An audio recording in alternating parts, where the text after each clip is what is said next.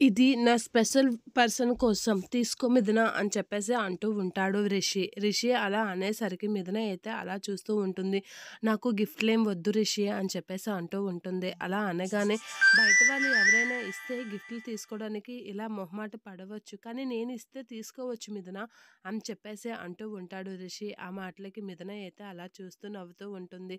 ఏం పర్వాలేదు తీసుకో అని చెప్పేసి అంటూ రిషి అయితే ఫోర్స్ చేస్తూ ఉంటాడు మిథునని. అలా ఫోర్స్ చేయగానే సారీ రిషి ఇంక ఏమీ అనుకోకు నాకు అసలు గిఫ్ట్‌లేం నచ్చవు. అంతకు మించి ఇంకేం లేదు. నాకు నచ్చదు వద్దు అని అనేస్తూ ఉంటుంది మిథున. అలా అనేసరికి రిషి అయితే ఆలోచిస్తూ ఉంటాడు. ఇంకే విధంగా అనుకోకు నాకు గిఫ్ట్‌లు నచ్చవు అంతే అని మిథున అనేస్తూ ఉంటుంది రిషితో. సరే అని అనేస్తాడు రిషి.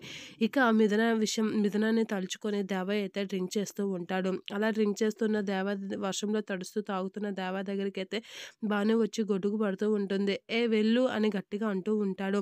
ఆ మిథున పెద్ద బ్రహ్మ రాక్షసి. అది దాన్ని మర్చిపోలేక తాగుతున్నావా అని భాను అనేసరికి నన్ను నేను మర్చిపోవడానికి తాగుతున్నాను. మిథున కోసం కాదు అని చెప్పేసి అంటూ ఉంటాడు.